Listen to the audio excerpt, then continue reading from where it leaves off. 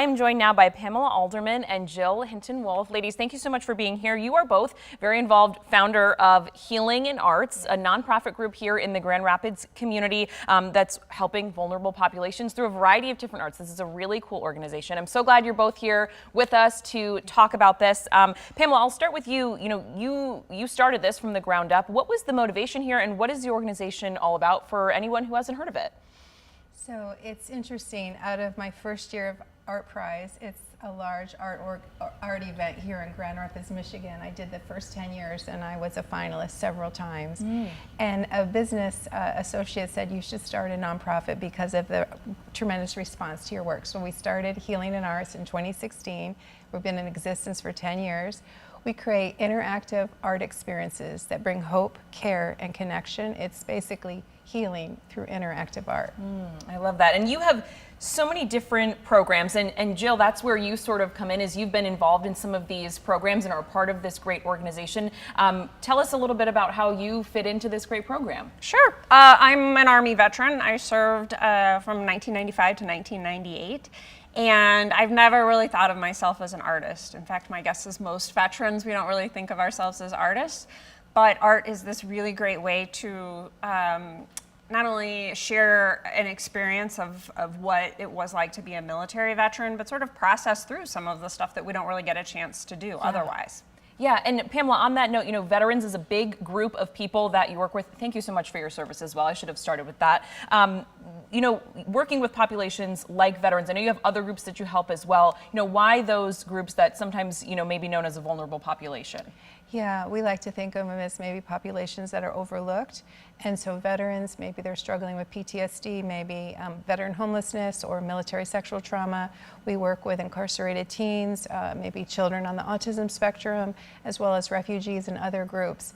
And it's just a joy to work with these groups. And Jill and I met through one of our art programs. She was involved in Healing in Arts, our work at Veterans Memorial Park. We activated the park. We started it as an Art Prize venue for this September event.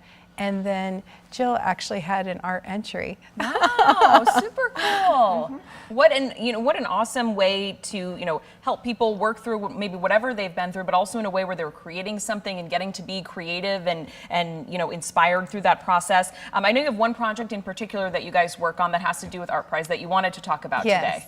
Yes, so Regine's Redemption, and that is an art, that's a exhibit. It's a workshop and an exhibit. The workshops have been for the survivors of sexual trauma or perhaps even survivors of sex trafficking. And they can participate by recording their stories on the jeans as like a cathartic or healing experience. And it's all done anonymously. So the workshops are going to actually sort of transition into an Art Prize exhibit this fall. We're going to be a featured exhibit during Art Prize and the Center of Grand Rapids in September.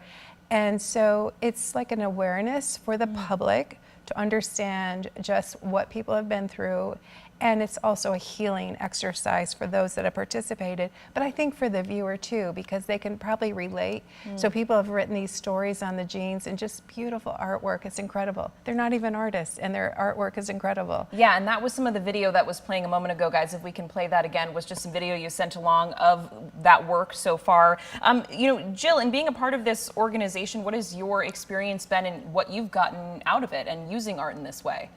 Well, I have to say, Pamela has this kind of amazing combination of being really fierce and protective of those of us that work with her, but also very kind. And, I have a clear memory of me calling her almost in tears because my project wasn't working and I had, problems getting it mounted, and I thought it was going to be one thing and it wasn't, and she just really walked me through the whole thing, like, this is low stakes, let's not, and I almost was ready to quit. And to have her be able to work with me and say, no, we can figure this out, and then be able for me to share my art out in the world and have the community react so positively was just so wonderful. And I'm really appreciative for the work that we've done together. It's been a lot of fun and very healing, One of the really great things is perhaps there was no platform to tell their stories, and then Jill was able to tell her story in the Art Prize setting. She also told the story of other veterans,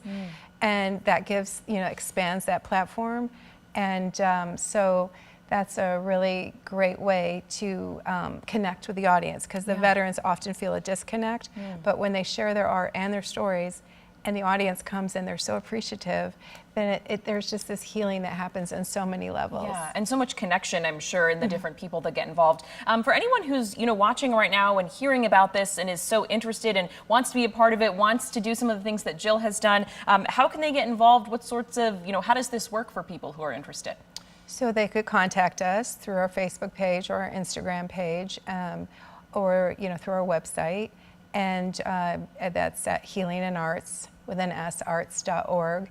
And they could just let us know, what are they interested in? Do they want to host an event? Do they want to attend an event? Do they want to participate in an event? And then we can try to plug them in for what their interest level is. Yeah, what works for them, Yes. which is really great. Maybe they want to do something solo. Maybe it's something they'd like to do with a group. That's really awesome. Is there anything that I'm missing about this organization? Anything else that you want folks at home to know just about how this works and why you guys do this and why you participate? Anything I'm leaving out? So one of the important things about Red Jeans Redemption, and the idea, it could just be called Red Jeans, but Red Jeans Redemption is that whole idea of the individuals have gone through some sort of significant hurt, and you can kind of stay there in the hurt, or you could stay there in the anger, but we try to use the art as an experience to come out of the hurt and get past the anger, and perhaps even get to the point of forgiveness. We had one of our participants at Red Jeans this past spring.